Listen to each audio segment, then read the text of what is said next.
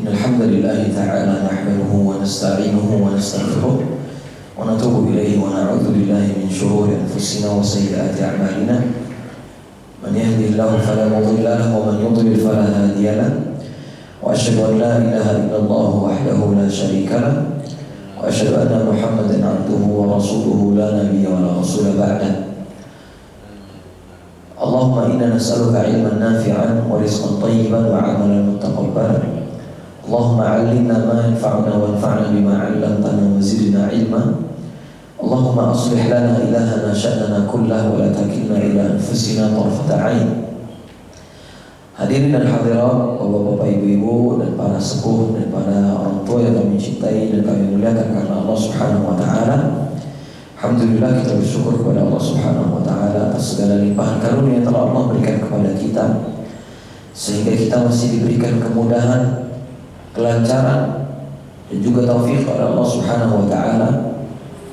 Yang mana dengan taufik tersebut ternyata Allah masih kumpulkan kita di masjid ini di dalam rangka menunaikan ketaatan kita kepada Allah Azza wa Jalla, di dalam rangka mengerjakan rukun Islam yang kedua, yaitu sholat subuh secara berjamaah.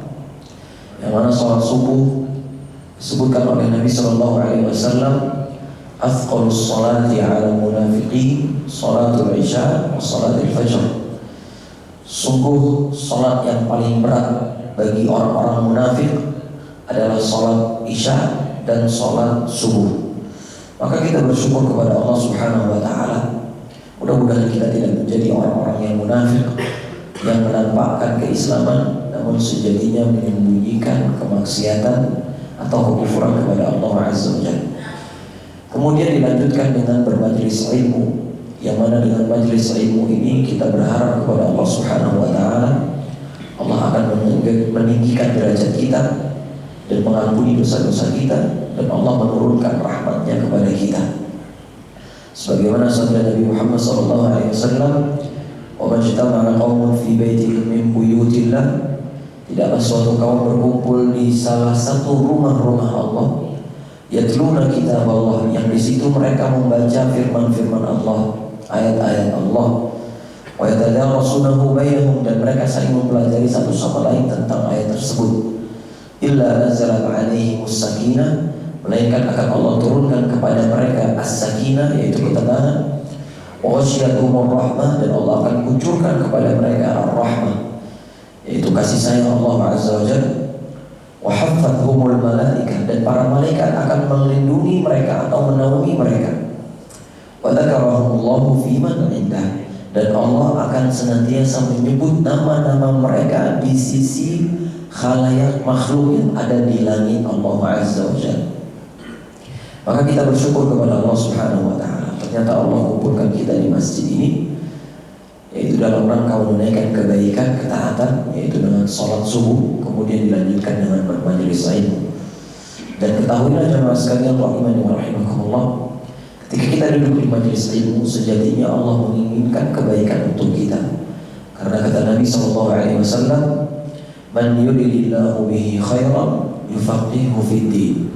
Barang siapa yang Allah kehendaki baginya kebaikan, niscaya Allah akan jadikan dia paham terhadap agamanya.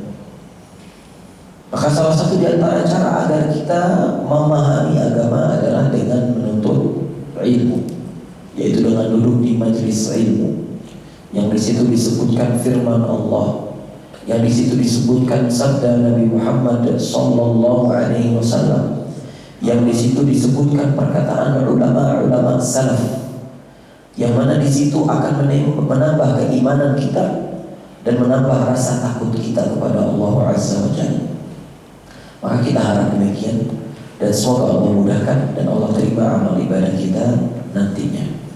Baik jemaah sekalian rahimani wa rahimakumullah, sebagaimana yang sudah terpampang di pamflet masjidnya, pembahasan kita pada kesempatan pagi hari ini adalah tentang bagaimana caranya agar kita terhindar dari azab kubur. Setiap seorang muslim atau muslimah harus meyakini dan menyadari bahwasanya kita diperintahkan untuk beriman kepada 6 perkara. Yang pertama apa?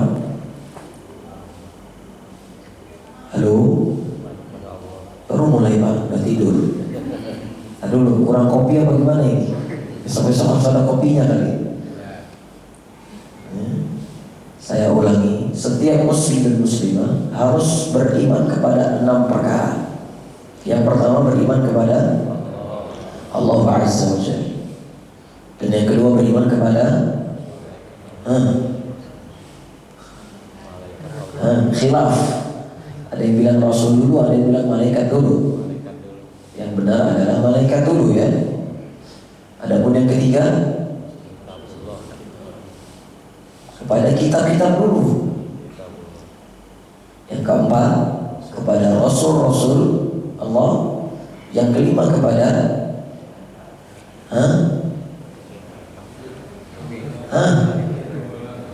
hari akhir. Dan yang keenam beriman kepada takdir, baik itu yang baiknya atau yang buruknya. Rukun iman ada 6. Beriman kepada Allah, beriman kepada malaikat, beriman kepada kitab, beriman kepada Rasul, beriman kepada hari akhir, dan beriman kepada takdir, entah yang baiknya atau yang buruknya. Pembahasan kita pada kesempatan kali ini adalah membahas tentang rukun iman yang kelima. Salah satu di antara pembahasan dari rukun iman yang kelima, yaitu pembahasan tentang hari akhir. Di antara bentuk pembahasan tentang hari akhir adalah tentang azab kubur dan nikmat kubur. Setiap orang yang beragama Islam harus meyakini di dalam hatinya bahwasanya nikmat dan azab kubur itu hak, itu benar adanya. Gak boleh kita mengingkari, sebagaimana orang-orang yang memiliki pemahaman yang keliru, yang diantaranya adalah Mu'tazilah, yang sekiranya mungkin di zaman ini tuh udah gak ada lagi yang menganut paham ini, Mu'tazilah ini.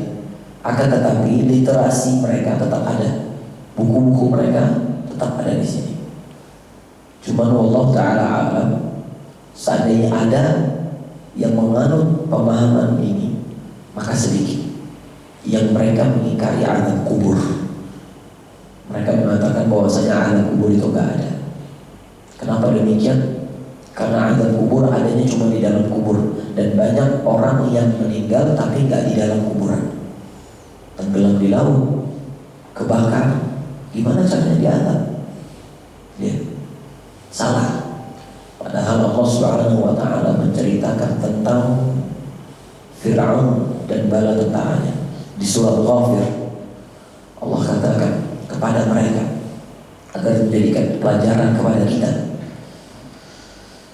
An-naru yu'raduna 'alaiha ghuduwan wa 'ashiyyan wa yawma taqumu as-sa'atu adkhilu ala fir'auna ashadda al-'adab.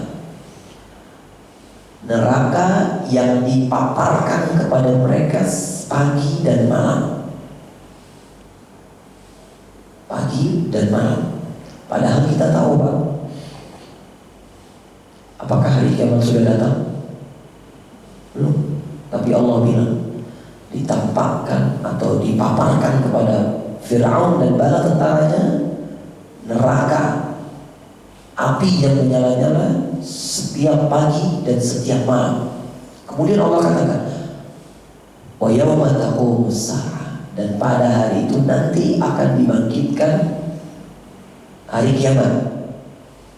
Akhriju ala Fir'aun, keluarkan alu Fir'aun, keluarkan si Fir'aun ini. Kemana? Keluarkan mereka ke dalam azab yang benar-benar lagi. Nah, berarti dari ayat ini sudah bisa disimpulkan bahwasanya azab kubur itu ada. Buktinya apa? Fir'aun sudah diazab dari sekarang atau dari semenjak dia mati. Ya. Tapi ternyata masih ada orang-orang yang mengatakan tidak ada azab kubur. Ada kisah menarik yang disebutkan oleh ulama salaf, di antaranya Imam Ahmad dan juga Imam Tirmidzi, yang mana hadisnya ini dihasankan oleh Syekh Al-Albani rahimahullah ta'ala, yaitu seorang khalifah yang ketiga. Siapa khalifah yang ketiga? Utsman bin Affan radhiyallahu ta'ala anhu. Seorang dermawan, seorang yang soleh, seorang yang zuhud terhadap perkara dunia. Disebutkan kana Utsman radhiyallahu ta'ala anhu idza waqafa 'ala qabrin yabki hatta yabulla lihyatan. Disebutkan bahwasanya Utsman tatkala sedang melewati atau berdiri di atas sebuah kuburan, dia menangis sampai basah jenggotnya. Dan kita tahu orang-orang Arab itu jenggotnya sehelai atau banyak.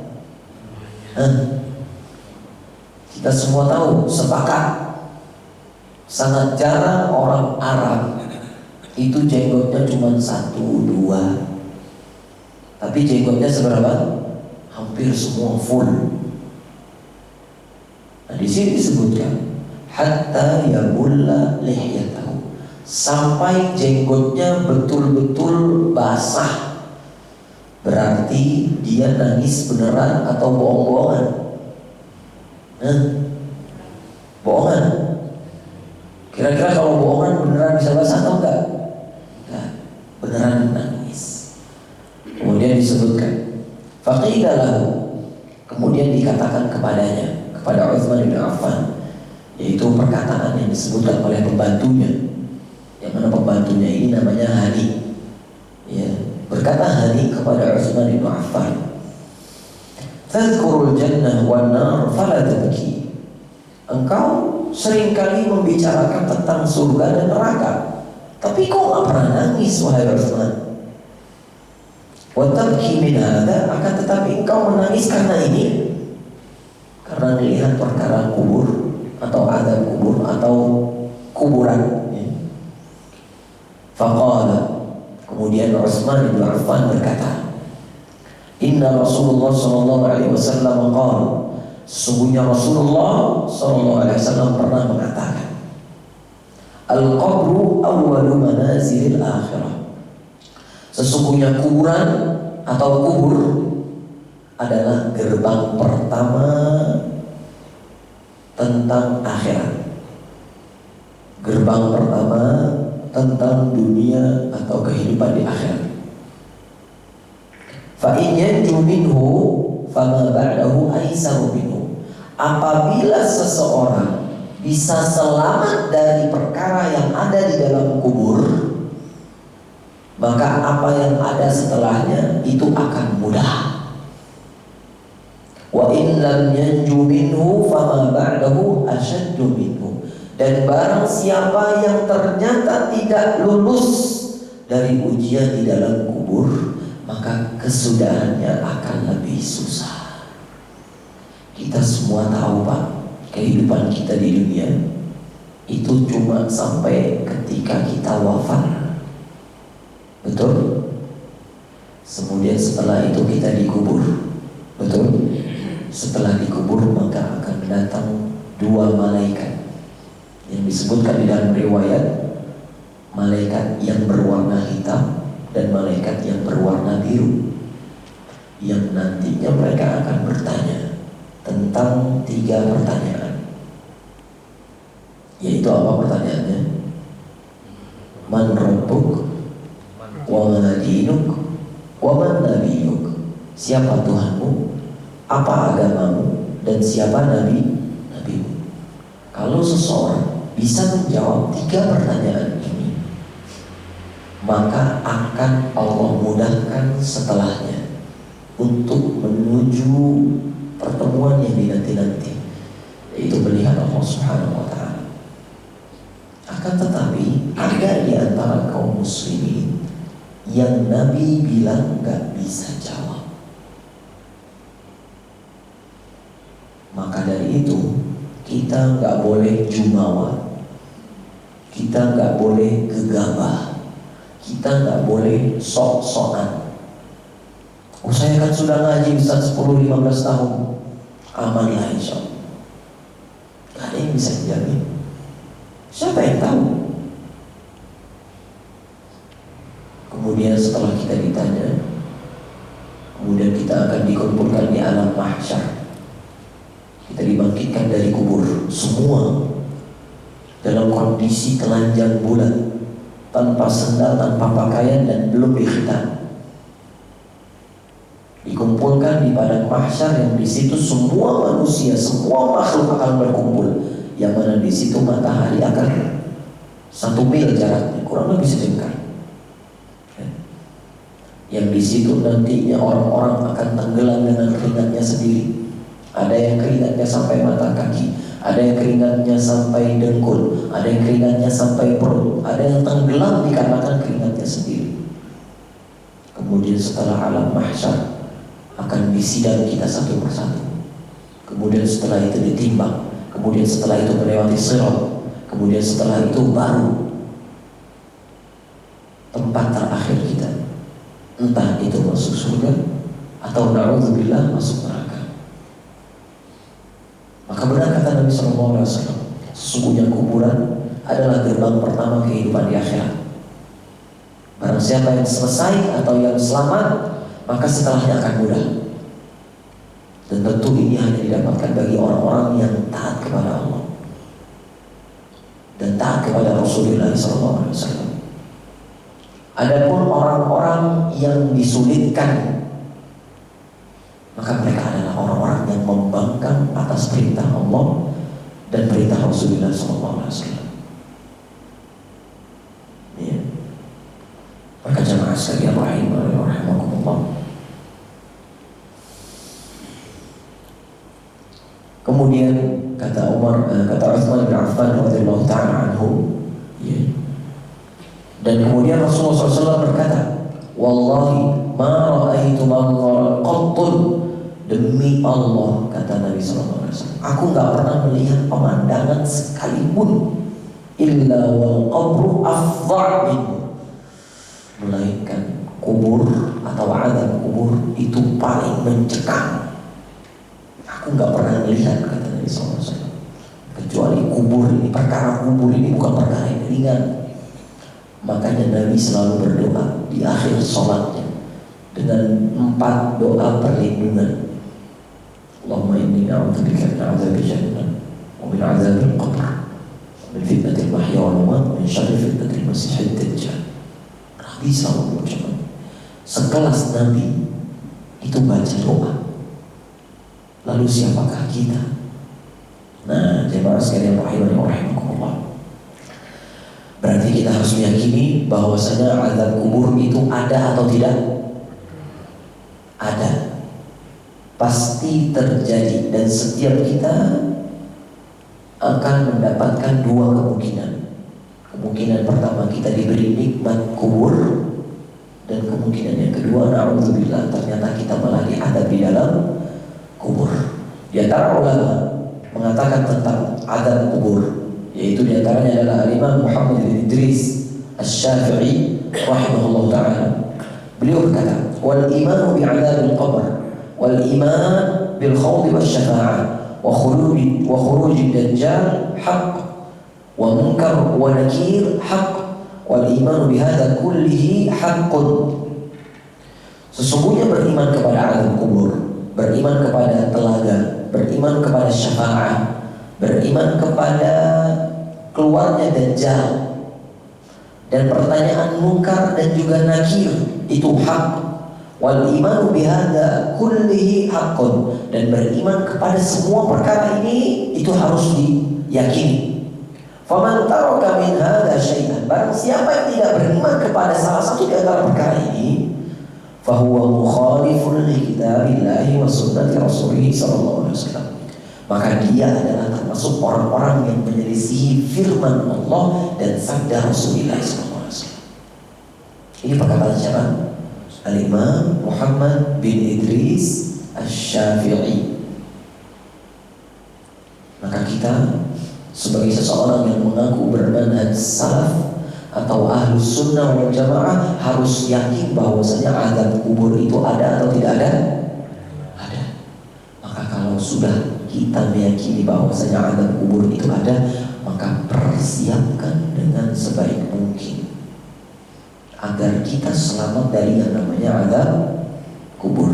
Kemudian di antara perkataan juga adalah Al-Imam Abul Hasan Al-Asy'ari rahimahullah ta'ala, ya, seorang ulama salaf yang namanya tidak asing di telinga kita. Beliau berkata, ajma'u ala anna azab al-qabri haqqun. Para ulama bersepakat bahwasanya azab kubur itu benar adanya. Maka jemaah sekalian rahimani wa rahimakumullah, setiap kita pasti akan mati dan setiap kita pasti akan dimasukkan ke dalam kubur dan setiap kita akan dimiringkan di dalam liang lahat. Maka hendaknya kita betul-betul menjaga diri agar kita tidak diazab di alam kubur. Bagaimana caranya? Maka disebutkan oleh Al-Imam Ibnu Qayyim Al-Jauziyah rahimahullah ta'ala di dalam kitabnya Ar-Ruh. Beliau mengatakan, sesungguhnya seseorang diazab dengan azab kubur itu dengan dua perkara, ya. Atau seseorang bisa diazab itu hanya karena dua perkara, ya. Yang pertama beliau sebutkan, ya. Yang pertama adalah sebab secara mujmal, atau maksudnya secara global. Dan yang kedua secara terperinci, secara mufassal, secara khusus. Adapun secara mujmal, secara global, beliau sebutkan, fa innahum yu'adzabuna 'ala jahlihim billah. Secara global, orang-orang akan diazab dengan azab kubur dikarenakan kejahilan mereka terhadap Allah Azza wa Jalla. Maksudnya bagaimana Ustaz? Yaitu maksudnya mereka tidak mengetahui siapa itu Allah. Dan ini banyak terjadi di antara kita. Dan ketika ditanya siapa Allah, mereka hanya mengatakan Allah Tuhan. Padahal seharusnya tidak demikian. Seharusnya kita memahami dan menyadari konsekuensi tentang siapa itu Allah. Kita memahami tentang nama-namanya, kita memahami tentang sifat-sifatnya, kita mentauhidkan dirinya, kita murnikan ibadah kepadanya, dan kita tidak menyekutukan Allah kepada siapapun. Namun kenyataannya banyak di antara kaum muslimin yang ternyata mereka masih bodoh tentang Allah Azza wa Jalla. Sudah dibilang, Pak, Bu, jangan melakukan yang seperti ini. Yang seperti ini adalah syirik. Gak percaya. Oh ini kan baik Ustaz. Oh ini kan bagus. Masa iya saya begini dilarang? Masa iya begini aja kok bid'ah? Padahal Allah yang melarang. Padahal Rasulullah juga melarang. Tapi ngeyel. Akhirnya apa? Kata Al-Imam Ibnu Qayyim rahimahullah ta'ala, ini adalah salah satu di antara perkara atau penyebab seseorang diazab di dalam azab kubur. Na'udzubillah wa na'udzubillah. Ya. Kemudian berikutnya beliau katakan wa idha'atihim li amrihi, dan mereka menyia-nyiakan atau melalaikan perintah-perintah Allah Azza wa Jalla. Jadi secara global banyak di antara kita seperti itu, Pak. Kita tahu riba itu haram untuk dimakan. Uang yang didapatkan dari hasil ribawi, ya. itu haram untuk dimakan. Tapi kita nggak menyadari. Banyak yang alam, masa iya sih, nggak percaya dibilang. Banyak juga di antara kita yang sholatnya telat-telat. Banyak juga di antara kita yang nggak sholat malahan, padahal Islam katanya. Alhamdulillah. Sholat kalau sholat Jumat bukan berarti ini nggak bagus, tetap bagus juga. Cuma yang wajib bagi kita adalah sholat 5 waktu, dan kita tidak boleh menyia-nyiakannya. Banyak di antara kita yang nggak berbakti sama orang tuanya, padahal perintah untuk berbakti orang tua kepada orang tua itu Allah sandingkan di dalam satu ayat. Wa'budullaha wa la tusyriku bihi syai'a wa bil walidaini ihsana. Beribadahlah kalian kepada Allah dan jangan kalian sekutukan Allah sekalipun, dan berbuat baiklah kepada orang tua. Tapi banyak di antara kita yang durhaka. Banyak di antara kita yang gak peduli sama orang tuanya. Banyak di antara kita yang menyia-nyiakan keadaan orang tua. Padahal di antara keridhaan Allah adalah dengan mendapatkan ridha orang tua. Ya. Dan banyak lagi perkara yang kita lalaikan di antara perintah Allah Azza wa Jalla. Kemudian beliau sebutkan wartikabuhum lima'asih, dan banyak juga di antara mereka, di antara penyebab seorang diangkat kubur adalah dengan mengerjakan kemaksiatan. Ini banyak ngomong dengan perkataan yang dusta, kemudian menghina saudaranya, mencela, merendahkan orang lain. Ini maksiat. Ghibah, ngomongin orang dari belakang, kemudian melihat perkara yang Allah haramkan, mendengar perkara yang Allah haramkan. Banyak maksiat, ya. Allahul musta'an. Maka jemaah sekalian rahimani wa rahimakumullah, ini secara global, yaitu seorang diazab dengan azab kubur dikarenakan kejahilan dia kepada Allah. Kemudian dia melalaikan perintah Allah dan dia mengerjakan kemaksiatan kepada Allah. Ini secara global. Adapun secara khusus, secara mufassal adalah dengan beberapa perkara, ya. Yang pertama yaitu dengan melakukan kesyirikan, ya. Dengan melakukan kesyirikan. Di dalam sebuah hadis Nabi SAW pernah diceritakan, bainama Nabi SAW fi haithin li Bani Najjar. Pernah Nabi SAW sedang melewati pekarangan atau ya, daerah Bani Najjar, ala baghlatin lahu, yang mana beliau melewati perkampungan Bani Najjar ini di atas begol. Begol itu persilangan antara kuda dengan keledai. Beliau naik yang demikian. Wa nahnu ma'ahu, kemudian kami bersama beliau. Idh haddatsa bihi fakadat talqihi atau tulqihi. Tatkala beliau sedang naik jalan, kemudian beliau melewati pekuburan. Kemudian ternyata begolnya ini hampir melempar Rasulullah SAW. Ya. Wa idza aqburu sittatun aw khamsatun aw arba'atun. Kemudian ternyata beliau dapati ada 6 kuburan atau 5 kuburan atau 4 kuburan. Qala kana yaqulu Jurairi, ya. Demikianlah yang disebutkan oleh Al-Jurairi. Faqala man ya'rifu hadzal qabr. Siapa di antara kalian, kata Nabi SAW, yang tahu tentang kuburan orang-orang ini? Nabi bertanya.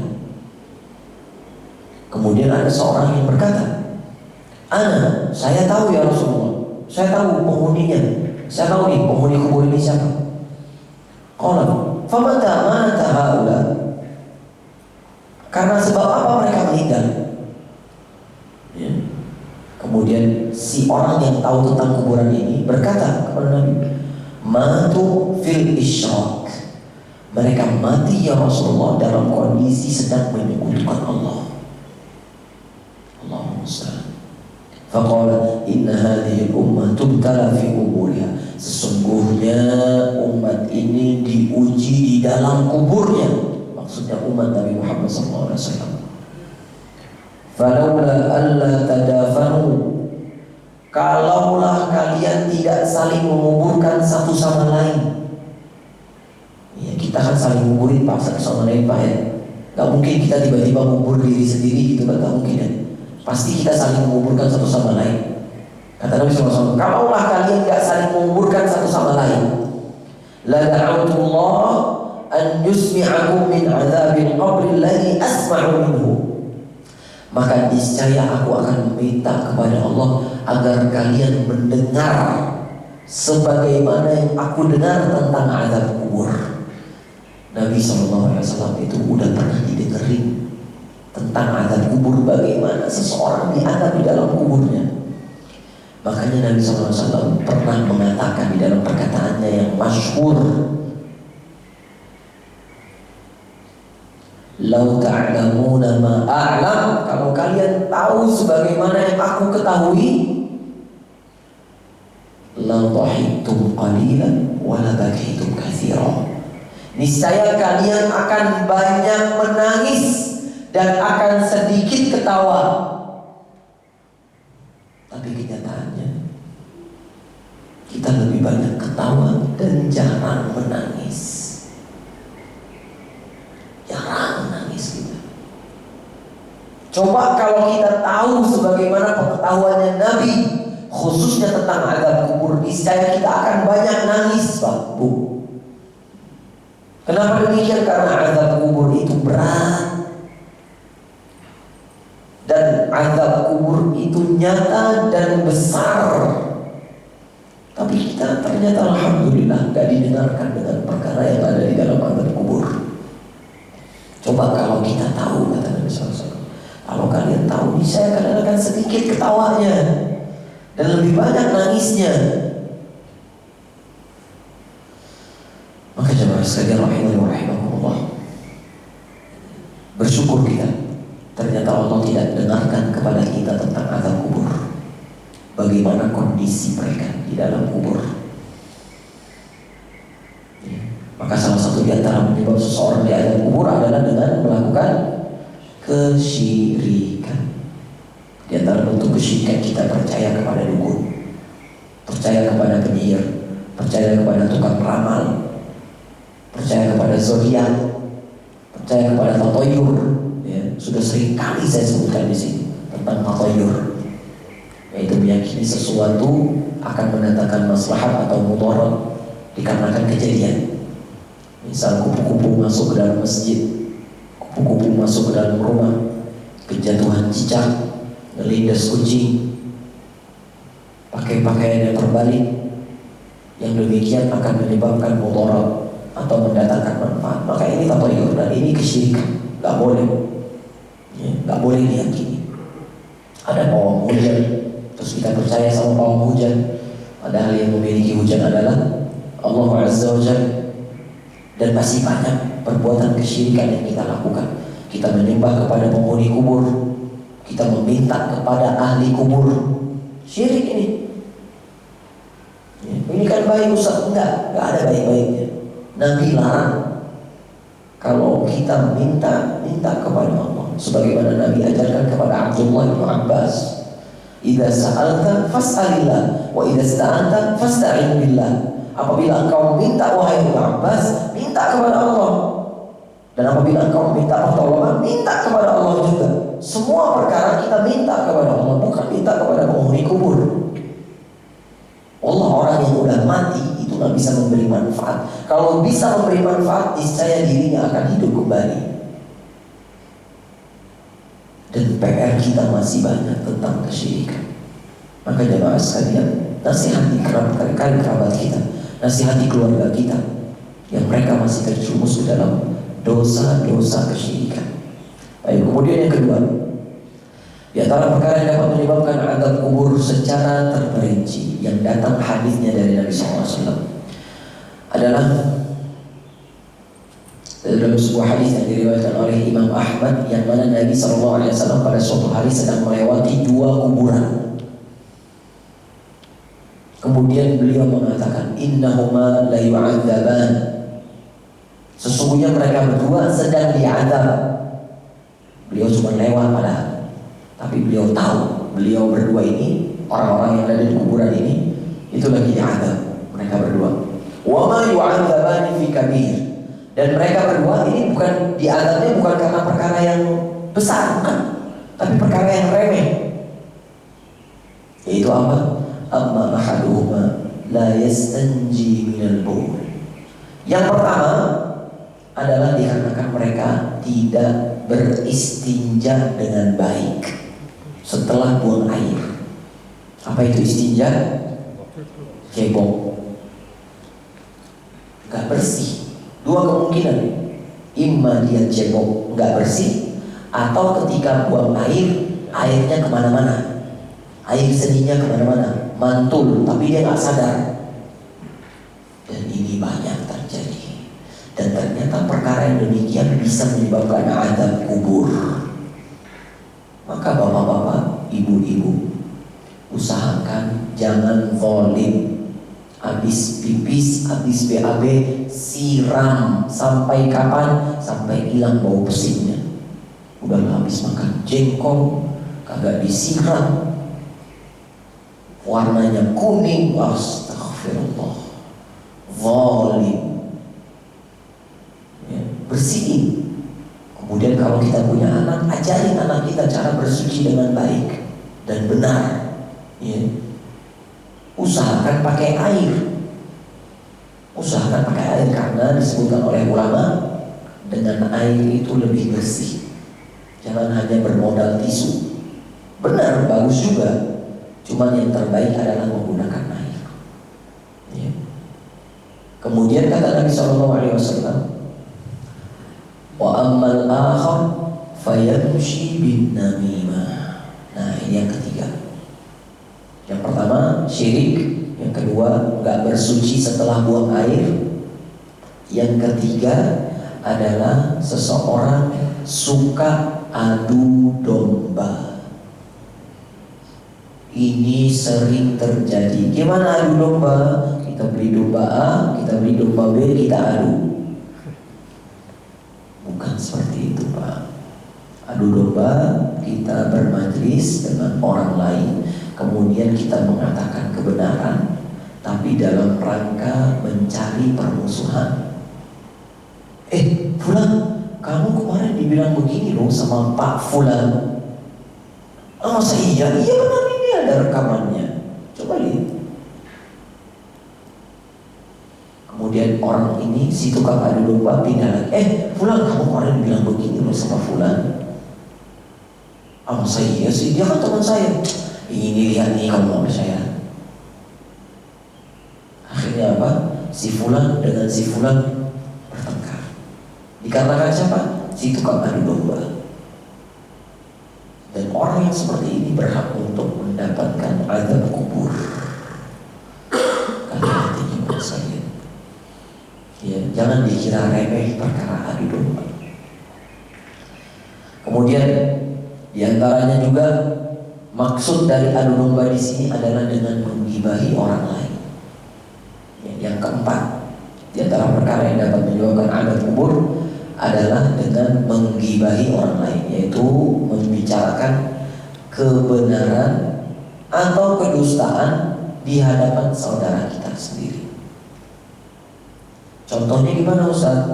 Misal, saya punya teman, kemudian saya bilang, kebetulan teman saya ini matanya sipit. Kemudian saya bilang, itu, oi, cek, misal. Yang namanya gibah itu gak harus di belakang orangnya.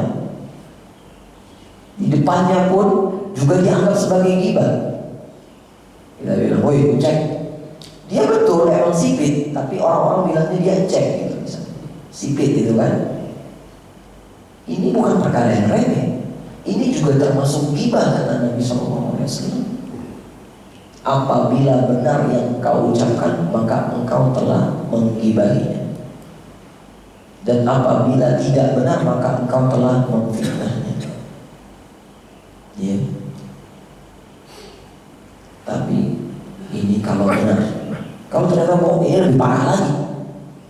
Kita bilang fulan itu begini dan begitu, fulan itu orangnya pelit, fulan orangnya medit. Ternyata nggak demikian.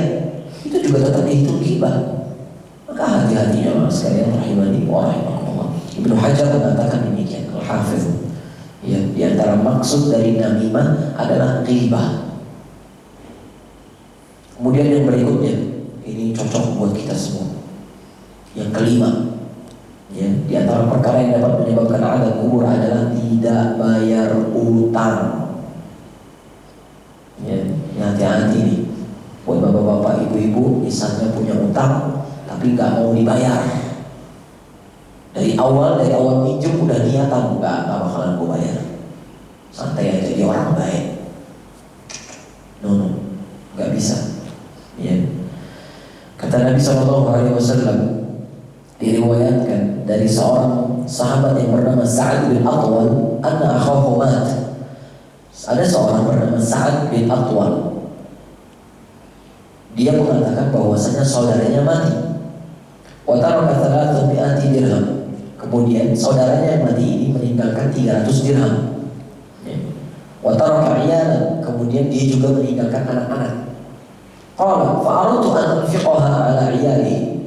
Kata Sa'ad tentang harta saudaranya yang udah meninggal ini, aku pengen kasih harta si fulan ini, si saudaraku ini kepada anak-anaknya. Faqala li Nabi SAW. Kemudian aku berkata, terus Nabi SAW berkata kepadaku, kepada Sa'ad bin Atwal, inna akhaka mahbusun bidainihi fadhhab faqdi adainahu. Sesungguhnya roh saudaramu itu sedang ditahan sama Allah Subhanahu wa ta'ala, dikarenakan hutang yang dia miliki. Maka tunaikanlah hutang saudaramu ini, wahai Sa'ad, agar dia terlepas dari pertahanan atau dibebaskan rohnya. Fadhahabtu faqadaitu anhu. Kemudian aku pergi dan aku tunaikan hutangnya. Ya. Thumma ji'tu qultu ya Rasulullah qad qadaitu anhu illa dinaraini idda'athuma imra'atun. Aku sudah tunaikan semua hutang saudaraku, wahai Rasulullah, kecuali ada seorang perempuan datang kepadaku dan dia mengatakan ternyata saudaraku masih punya hutang 2 dirham sama si perempuan ini. Tapi dia, si perempuan ini nggak punya bukti. Nah, ini penting juga kalau kita ngutang atau diutangin harus punya bukti. Supaya apa? Supaya orang nggak lari ganti KTP atau pindah pulau. Kalau kita cari susah, ya. Supaya ada bukti, supaya bisa kita tuntut. Ya. Jadi jangan, yaudah pakai aja, santai, bayar kapan-kapan. Cuma secara lisan, nggak ada tertulisnya. Ya. Maka kalau kita hutang, adatnya adalah nulis dan dikasih tahu temponya kapan. Kalau ternyata nggak bisa, maka nanti dia akan minta uzur dan seterusnya. Kemudian si perempuan ini minta kepadaku 2 dirham. Ini saudara ini masih utang sama aneh, kata si perempuan ini. Tapi si perempuan ini nggak bawa bukti. Ya. Kemudian kata Nabi SAW, kasih aja. Sesungguhnya dia berhak. Kalaupun dia bohong, maka sudah menjadi sedekah. Meskipun gak ada bukti, kata Nabi SAW, kasih aja udah. Mudah-mudahan benar dia memang punya hutang, atau dia adalah orang yang dihutangi. Dan kalau ternyata dia dusta, maka uang yang tadi engkau kasihkan maka terhitung sebagai sedekah bagi saudaramu. Ya. Jemaah sekalian rahimani wa rahimakumullah, ini adalah diantara perkara yang dapat menyebabkan azab kubur bagi seseorang secara mufassal, secara terperinci, yang datang hadisnya dari Nabi SAW. Kemudian yang terakhir, apa kiranya perkara yang dapat menyelamatkan kita dari azab kubur? Satu adalah dengan mentauhidkan Allah Azza wa Jalla. Penting. Tanpa tauhid, seseorang niscaya akan diazab sebagaimana diazabnya orang-orang kafir. Na'udzubillah, na'udzubillah. Murnikan ibadah kita hanya kepada Allah, jangan kepada selain Allah. Kemudian yang kedua adalah dengan mati syahid. Orang yang mati syahid niscaya gak bakalan diazab. Mati syahid adalah mati di medan perang, ya. Kemudian yang ketiga adalah orang yang meninggal dikarenakan penyakit yang ada di dalam perutnya, ya. Ini juga banyak terjadi. Orang-orang yang demikian niscaya akan Allah mudahkan azabnya, atau Allah tidak akan azab dirinya. Kemudian yang kelima, ya, di antara perkara yang keempat, di antara perkara yang dapat menyebabkan seseorang terhindar dari azab kubur adalah dengan membaca surat Al-Mulk, ya. Membaca surat Al-Mulk. Tapi ulama berbeda pendapat tentang hadisnya. Ada ulama yang mendhaifkan, melemahkan, ada ulama yang menghasankan. Silakan dibaca, tapi nggak boleh setiap hari, ya. Jangan dibaca setiap hari juga. Silakan dibaca dengan tujuan supaya terhindar dari azab kubur. Gak masalah insyaallah ta'ala. Kemudian yang terakhir adalah dengan berdoa. Yaitu dengan doa apa? Doa yang Nabi SAW senantiasa ucapkan ketika hendak salam dari sholatnya. Apa doanya Pak? Bu? Allahumma inni a'udzubika min adabi al-jahannam wa min adabil qabri wa min fitnatil mahya wal mamat wa min syarri fitnatil masihid dajjal. Ini harus hafal dan harus dibaca setiap waktu kita berdoa. Bukan cuma di dalam sholat, tapi di luar sholat pun demikian. Usahakan untuk selalu dibaca. Wallahu ta'ala a'lam bis-shawab. Demikian, semoga bermanfaat apa yang telah kami sampaikan untuk diri kami pribadi dan untuk jemaah sekalian. Apabila ada kebenaran itu datangnya dari Allah, dan apabila ada kesalahan itu datangnya dari kejahilan kami sendiri dan dari syaitan yang rajim, dan kami mohon ampun kepada Allah atas apa yang telah kami ucapkan. Jazakumullahu khairan wa barakallahu fikum. Kami kembalikan kepada manusia.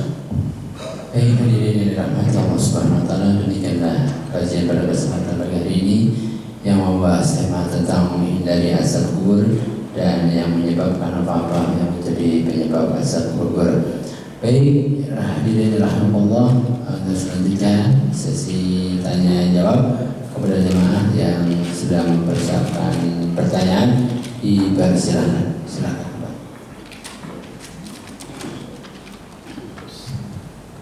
Assalamualaikum warahmatullahi wabarakatuh. Waalaikumsalam. Izin bertanya Ustaz, kalau kita nggak kenalnya sama orang ini cuma namanya kayak Ustaz bilang ngecek aja gitu, gimana tuh?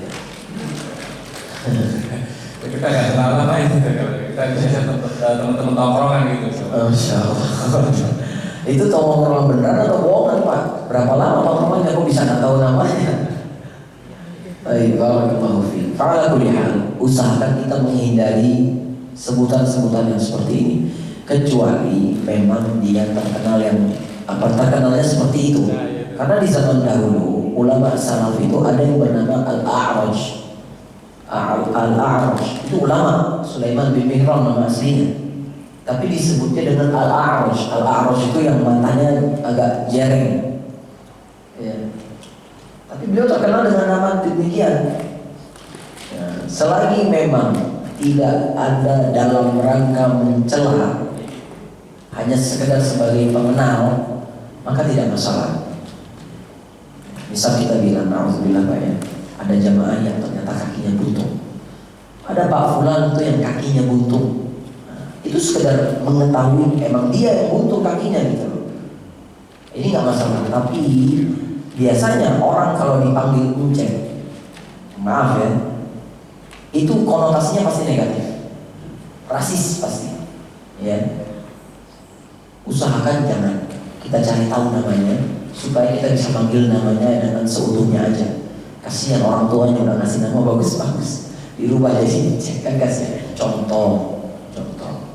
Tapi kalau emang udah seperti itu, ingat Allah Subhanahu wa taala mengatakan wala tanabazu bil alqab. Jangan kalian memanggil dengan panggilan-panggilan lakon, panggilan-panggilan yang apa sih, julukan lah istilahnya seperti itu. Apalagi konotasinya negatif. Kalau positif sih nggak apa-apa. Kalau positif ya, tapi biasanya kalau julukan-julukan itu, apalagi khususnya kita orang Jakarta itu susah buat musnufon, ya. Allah a'lam bishawab. Usahakan cari tahu namanya. Dan kalau emang enggak juga, ya yang terbaik lah pokoknya. Yang terbaik lah pokoknya. Ya, yang penting dia ridho lah. Emang kalau dipanggil seperti itu. Terkadang ada orang yang kelihatannya ridho, ternyata enggak ridho gitu loh, dipanggil seperti itu. Ya, Allah a'lam bishawab. Baik, barakallahu berikutnya Pak Heru silakan. Assalamualaikum warahmatullahi wabarakatuh. Ustaz, di istilah sekarang itu body shaming. Nah, body shaming betul. Ceritanya gimana ya Ustaz? Ya waktu Aisyah radhiyallahu anha mengatakan istilah Rasulullah yang lainnya, Syafi'ah atau Syafi'ah itu pendek, kemudian Rasulullah menyampaikan bahwa kalau dimasuk, kata-katanya kalau dimasukkan laut akan merusak seluruh. Itu kemudian ceritanya itu kan seperti yang Ustaz sampaikan tadi ya, itu bisa kubur. Bagaimana Rasulullah meminta supaya Aisyah bertobat atau bagaimana Ustaz? Allah a'lam bishawab. Intinya Nabi SAW melarang untuk menyebutkan yang demikian. Makanya Nabi langsung tegur. Ini diantara bentuk amar ma'ruf nahi mungkar beliau kepada istrinya sendiri. Jadi jangan sampai kita suka melarang orang lain tapi keluarga nggak kita larang. Fa'ala kulli hal Allah Ta'ala alam bishawab. Apakah disuruh bertaubat atau bagaimana saya tidak tahu. Tapi intinya Nabi melarang untuk mencela saudaranya atau saudarinya, khususnya Aisyah, kepada istri-istri yang lain. Ya biasalah, hidup rumah tangga apalagi madunya banyak kan. Madu satu aja belum dapat. Ya ala kulli hal. Allah a'lam bishawab. Kalau disuruh bertobat saya nggak tahu. Allah a'lam bishawab. Baik, berikutnya.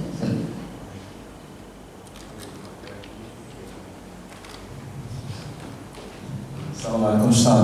Waalaikumsalam. Saat ini kan di masyarakat masih banyak masyarakat yang percaya dengan orang yang meninggal ruhnya masih bisa gentayangan. Sementara hadis-hadis lain sudah jelas bahwa tidak akan terjadi ya Pak. Yang di permasalahan tadi dijelaskan bahwa Fir'aun diperlihatkan panggilan petang. Artinya mereka masih bisa, dan orang-orang yang dalam alam kubur itu masih bisa merasakan adanya panggilan petang ya kan. Terus mengenai yang nikmat kubur, itu apakah orang-orang yang diberikan nikmat kubur antara satu sama lain saling mengunjungi Ustaz? Demikian. Assalamualaikum warahmatullahi wabarakatuh. Allahu a'lam bishawab. Ya, maksud dari neraka yang dilihatkan kepada mereka siang dan malam itu bukan berarti rohnya bisa rasain siang dan malam, enggak. Maksudnya terus-terusan Allah azab Fir'aun. Maksudnya seperti itu. Jadi bukan berarti di waktu pagi diazab, di waktu siang diazab, sore enggak. Tapi maksudnya adalah disebutkan oleh para ulama itu beliau si Fir'aun ini itu dilaknat sama Allah terus-terusan. Nah, adapun yang sering kali tersebar di masyarakat tentang roh bisa bergentayangan, bisa mengunjungi satu sama lain. Wallahu a'lam bishawab. Wallahu a'lam bishawab. Ya. Tapi saya lebih mengatakan kepada pendapat yang mengatakan tidak ada itu namanya roh saling mengunjungi satu sama lain atau bagaimana atau gentayangan dan semisalnya. Tapi wallahu a'lam bishawab. Wallahu a'lam bishawab. Kurang tahu. Jazakumullah khairan. Baik, dirinya rahmatullah subhanahu. Siapa lagi? Ada lagi? Ya, tanya. Silakan, masih ada waktu. 1 atau 2 pertanyaan. Baik, kalau tidak ada mungkin Ustaz memberikan kesimpulan ya, dan mengakhiri dengan doa Fatihah. Baik. Kesimpulannya jemaah sekalian rahimahullah, perjalanan kita masih panjang namun sejatinya pendek. Maka persiapkan dengan sebaik mungkin yang akan kita bawa nanti ketika kita berhadapan dengan Allah Azza wa Jalla. Jangan sampai kita menyesal, karena penyesalan itu selalu datang di akhir. Kalau penyesalan datang di awal bukan penyesalan, tapi pendaftaran ya. Maka bersiaplah dan berhati-hatilah dan jangan jumawa, khususnya tentang perkara setelah kematian. Persiapkan bekal yang terbaik. Semoga kita diberikan yang terbaik, dan semoga Allah ampuni dosa kita, dan berupayalah untuk terhindar dari azab kubur. Allahu a'lam bishawab. Kita cukupkan dengan membaca doa kafaratul majlis. Subhanallah wa bihamdihi, astaghfiruka wa atubu ilaik. Assalamualaikum warahmatullahi wabarakatuh.